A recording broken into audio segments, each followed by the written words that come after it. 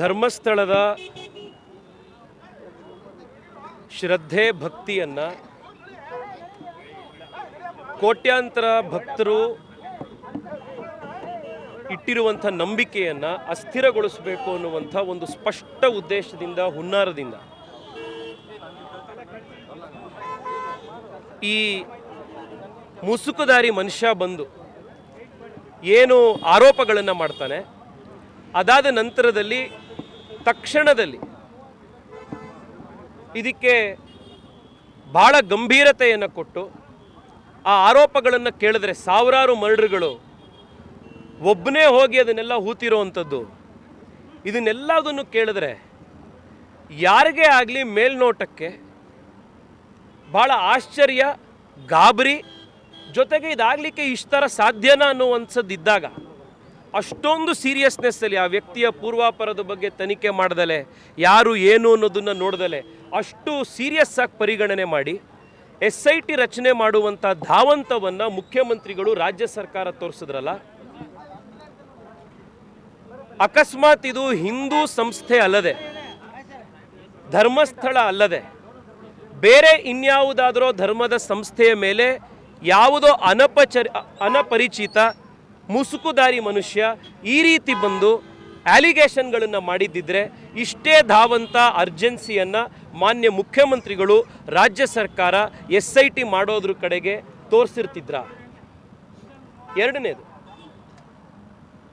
ಕಳೆದ 2-3 ದಿವಸಗಳಿಂದ ಕೆಲವು ಪೊಲೀಸ್ ಅಧಿಕಾರಿಗಳ ಜೊತೆಗೆ ಮಾತನಾಡಿದ ಮೇಲೆ ಕೆಲವು ಹಿರಿಯ ಅಧಿಕಾರಿಗಳು ಇದಕ್ಕೆ SIT ರಚನೆ ಮಾಡುವಂಥದ್ದು ಇಷ್ಟು ಬೇಗ ಸೂಕ್ತ ಅಲ್ಲ, ಒಂದು ಪ್ರಿಲಿಮಿನರಿ ಇನ್ವೆಸ್ಟಿಗೇಷನ್ ಆ ವ್ಯಕ್ತಿಯ ಮೇಲೆ, ಅವರ ಅಲಿಗೇಷನ್ಸ್ಗಳ ಮೇಲೆ ನಡೀಲಿ, ಅದಾದ ಮೇಲೆ ರಾಜ್ಯ ಸರ್ಕಾರ SIT ರಚನೆ ಮಾಡೋದು ಸೂಕ್ತ ಅನ್ನುವಂಥ ಅಡ್ವೈಸ್ನ ಕೊಟ್ಟಿದ ಮೇಲೂ ಕೂಡ ಅದನ್ನು ಧಿಕ್ಕರಿಸಿ ರಾಜ್ಯ ಸರ್ಕಾರ SITಯನ್ನು, ಮುಖ್ಯಮಂತ್ರಿಗಳು SITಯನ್ನು ರಚನೆ ಮಾಡಿದ್ರು ಅಂತಂದರೆ ಯಾವ ಉದ್ದೇಶಕ್ಕೋಸ್ಕರ ಈ ಅರ್ಜೆನ್ಸಿಯನ್ನು ತೋರಿಸಿದ್ರು? ಕಳೆದ 2 ದಿವಸಗಳಿಂದ ಡೆಲ್ಲಿಯಲ್ಲಿರುವಂಥ ಗುಸುಗುಸು ಮಾತು ಅಂತಂದರೆ ದೆಹಲಿಯಿಂದ ಕೆಲವು ಇನ್ಸ್ಟ್ರಕ್ಷನ್ಸ್ಗಳು ಬಂದ ಮೇಲೆ ರಾಜ್ಯ ಸರ್ಕಾರ ಈ SITಯನ್ನು ರಚನೆ ಮಾಡ್ತು ಅನ್ನುವಂಥ ಒಂದು ಮಾತು ಕೂಡ ಕೇಳಿಬರ್ತಾ ಇದೆ. ಮಾನ್ಯ ಮುಖ್ಯಮಂತ್ರಿಗಳಲ್ಲಿ, ಉಪಮುಖ್ಯಮಂತ್ರಿಗಳಲ್ಲಿ ನಮ್ಮ ಆಗ್ರಹ ಅಂತಂದರೆ ದೆಹಲಿಯಿಂದ ನಿರ್ದೇಶನಗಳು ಬಂದ ಮೇಲೆ ಈ SITಯನ್ನು ತಾವು ರಚನೆ ಮಾಡಿದ್ರಾ?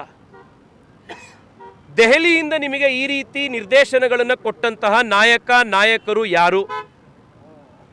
ಈ SITಯನ್ನು ರಚನೆ ಮಾಡೋದ್ರ ಹಿಂದೆ, ಈ ಹುನ್ನಾರದ ಹಿಂದೆ ಈ ದೆಹಲಿಯ ಕೈವಾಡವೂ ಇದೆಯಾ? ಇದನ್ನು ರಾಜ್ಯದ ಜನತೆಗೆ ನೀವು ಸ್ಪಷ್ಟ ಮಾಡಬೇಕಾಗಿದೆ. ಮೂರನೇದು, ಒಂದೊಂದು ಹಿಯರಿಂಗಿಗೆ 5 ಲಕ್ಷ 6 ಲಕ್ಷ ರೂಪಾಯಿ ಚಾರ್ಜ್ ಮಾಡುವಂಥ ಹಿರಿಯ ವಕೀಲರುಗಳ ಪಡೆ ಸಣ್ಣ ಸಣ್ಣ ಯೂಟ್ಯೂಬ್ ಚಾನೆಲ್ಗಳಿಂದ ಹಿಡಿದು ದೊಡ್ಡ ದೊಡ್ಡ ಆನ್ಲೈನ್ ಇನ್ಫ್ಲೂಯೆನ್ಸರ್ಸ್ಗಳವರೆಗೆ, BBC ಥರ ಇಂಟರ್ನ್ಯಾಷನಲ್ ಚಾಲೆಂಜ್ಗಳವರೆಗೆ ಒಂದು ದೊಡ್ಡ ಒಂದು ಈಕೋಸಿಸ್ಟಮ್ ಇದ್ರ ಹಿಂದೆ ಕೆಲಸ ಮಾಡಿರೋದು ಕಾಣ್ತಾ ಇದೆ. ಈ ಷಡ್ಯಂತ್ರ ಒಂದು ವಾರದಲ್ಲೋ ಅಥವಾ ಕೇವಲ ಇಲ್ಲಿ ನಿಂತ್ಕೊಂಡು ನಡೆದಿರೋವಂಥದ್ದಲ್ಲ ಅಂತ ಮೇಲ್ನೋಟಕ್ಕೆ ಎಲ್ರಿಗೂ ಕಾಣಿಸ್ತಾ ಇದೆ. ಇದರ ಸಂಪೂರ್ಣ ತನಿಖೆ ಯಾರು ಮಾಡಬೇಕು? ಧರ್ಮಸ್ಥಳವನ್ನು ಅಸ್ಥಿರಗೊಳಿಸಬೇಕು ಅಂತ ರಚನೆ ಮಾಡಿದಂತಹ SITಯೇ ಈ ಹುನ್ನಾರದ ತನಿಖೆ ಮಾಡಲಿಕ್ಕೆ ಸಾಧ್ಯ ಇದೆಯಾ? ಇವತ್ತು ರಾಜ್ಯದ ಜನತೆಯ ಆಗ್ರಹ ಇದೆ, ಹಿಂದೂಗಳ ಆಗ್ರಹ ಇದೆ. ಮಾನ್ಯ ಮುಖ್ಯಮಂತ್ರಿಗಳಿಗೆ ಈ ಹುನ್ನಾರದ ಭಾಗ ರಾಜ್ಯ ಸರ್ಕಾರ ಅಲ್ಲ ಅನ್ನುವಂಥದ್ದು ಸ್ಪಷ್ಟ ಇದ್ದರೆ, ಇದರಲ್ಲಿ ದೆಹಲಿಯ ಯಾವುದೋ ಕೈವಾಡ ಇಲ್ಲ ಅನ್ನುವಂಥದ್ದು ಅವರಿಗೆ ಸ್ಪಷ್ಟ ಇದ್ದರೆ, ಹಿಂದೂ ಸಮಾಜವನ್ನು ಅಸ್ಥಿರಗೊಳಿಸಬೇಕು ಅನ್ನುವಂಥ ಷಡ್ಯಂತ್ರ ಅದರ ಭಾಗ ನಾವಲ್ಲ ಅಂತ ಅವ್ರಿಗಿದ್ರೆ ಈ ತನಿಖೆಯನ್ನು CBIಗೆ ಹಸ್ತಾಂತರ ಮಾಡಬೇಕು ಅನ್ನುವಂಥದ್ದು ನಮ್ಮ ಆಗ್ರಹ ಇದೆ. ಹೋದ ವರ್ಷ ರಾಜ್ಯ ಸರ್ಕಾರ, ಮಾನ್ಯ ಮುಖ್ಯಮಂತ್ರಿಗಳು CBIಗೆ ರಾಜ್ಯ ಸರ್ಕಾರ ಕೊಟ್ಟಿರುವಂಥ ಸಾರ್ವತ್ರಿಕ ಸಮ್ಮತಿಯನ್ನು, ಜನರಲ್ ಕನ್ಸೆಂಟನ್ನು ವಿತ್ಡ್ರಾ ಮಾಡಿಕೊಂಡಿದ್ದಾರೆ. ಕೇಂದ್ರ ಸರ್ಕಾರ ಇವತ್ತು ಏಕಾಏಕಿಯಾಗಿ ತನ್ನಷ್ಟಕ್ಕೆ ತಾನೇ CBI ಎನ್ಕ್ವೈರಿಯನ್ನು ಮಾಡಲಿಕ್ಕೆ ಸಾಧ್ಯ ಇಲ್ಲ. ಇವತ್ತು ನಮ್ಮ ಆಗ್ರಹ ಇದೆ, CBI ತನಿಖೆ ಆಗಬೇಕು, ಅದಕ್ಕೆ ರಾಜ್ಯ ಸರ್ಕಾರ ಸಮ್ಮತಿ ಕೊಡಬೇಕು.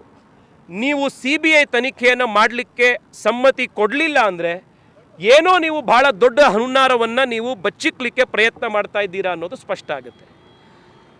ಕಡೆಯದಾದಂಥ ಪ್ರಶ್ನೆ, ಕಡೆಯದಾದಂಥ ಒಂದು ವಿಷಯ ಮುಖ್ಯಮಂತ್ರಿಗಳಿಗೆ ಕೇಳೋದು ಅಂತಂದರೆ, ಇದರ ಹಿಂದಿನ ವಿಧಾನಸಭಾ ಅವಧಿಯಲ್ಲಿ ಸೆಷನ್ನಲ್ಲಿ ಮತ್ತು ಈಗಿನ ಸೆಷನ್ನಲ್ಲಿ ರಾಜ್ಯ ಸರ್ಕಾರ ನಿಮ್ಮ ನೇತೃತ್ವದಲ್ಲಿ 3 ಕಾಯ್ದೆಗಳನ್ನು ಜಾರಿಗೆ ತರುವಂಥ ಪ್ರಯತ್ನ ಮಾಡಿತು.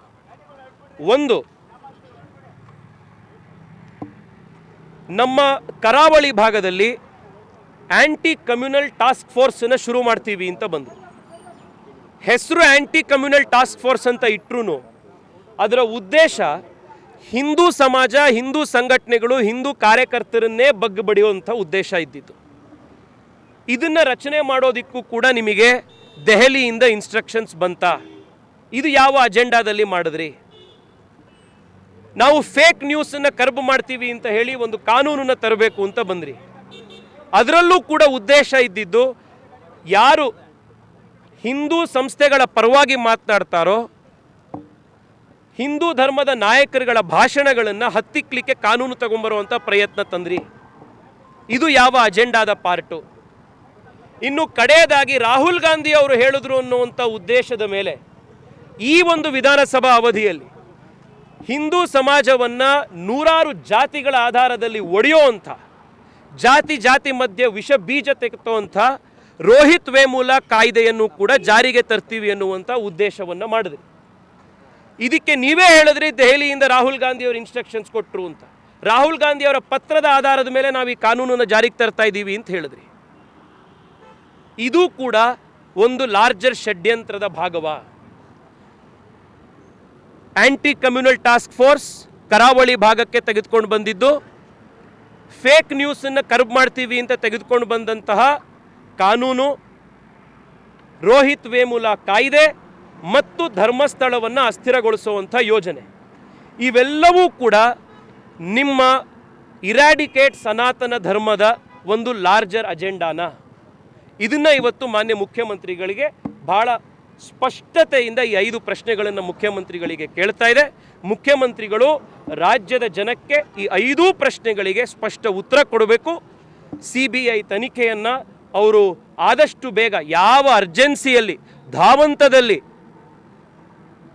SITಯನ್ನು ರಚನೆ ಮಾಡಿದ್ರೋ, ಯಾವುದೇ ಪೂರ್ವಾಪರ ಯೋಚನೆ ಮಾಡದಲ್ಲೇ ಕೆಲವು ಹಿರಿಯ ಪೊಲೀಸ್ ಅಧಿಕಾರಿಗಳು ಬೇಡ, ಒಂದಿಷ್ಟು ಪ್ರಿಲಿಮಿನರಿ ತನಿಖೆ ಮಾಡಿ ನಂತರ SIT ಮಾಡೋಣ ಅನ್ನೋವಂಥ ಅವರ ಅಡ್ವೈಸನ್ನು ತಿರಸ್ಕಾರ ಮಾಡಿ ಕೂಡ ನೀವು SIT ರಚನೆ ಮಾಡಿದ್ರು, ಅಷ್ಟೇ ಅರ್ಜೆನ್ಸಿಯಲ್ಲಿ, ಅಷ್ಟೇ ಧಾವಂತದಲ್ಲಿ ಈ CBI ತನಿಖೆಯನ್ನು ಕೂಡ ನೀವು ಈ ಹುನ್ನಾರವನ್ನು ಬಯಲ್ಗೆಳೆಯುವಂಥ ದೃಷ್ಟಿಯಿಂದ ಮಾಡಬೇಕು ಅನ್ನುವಂಥ ಡಿಮ್ಯಾಂಡನ್ನು, ಆಗ್ರಹವನ್ನು ಮುಖ್ಯಮಂತ್ರಿಗಳಿಗೆ ಮಾಡ್ತಾ ಇದ್ದೀವಿ.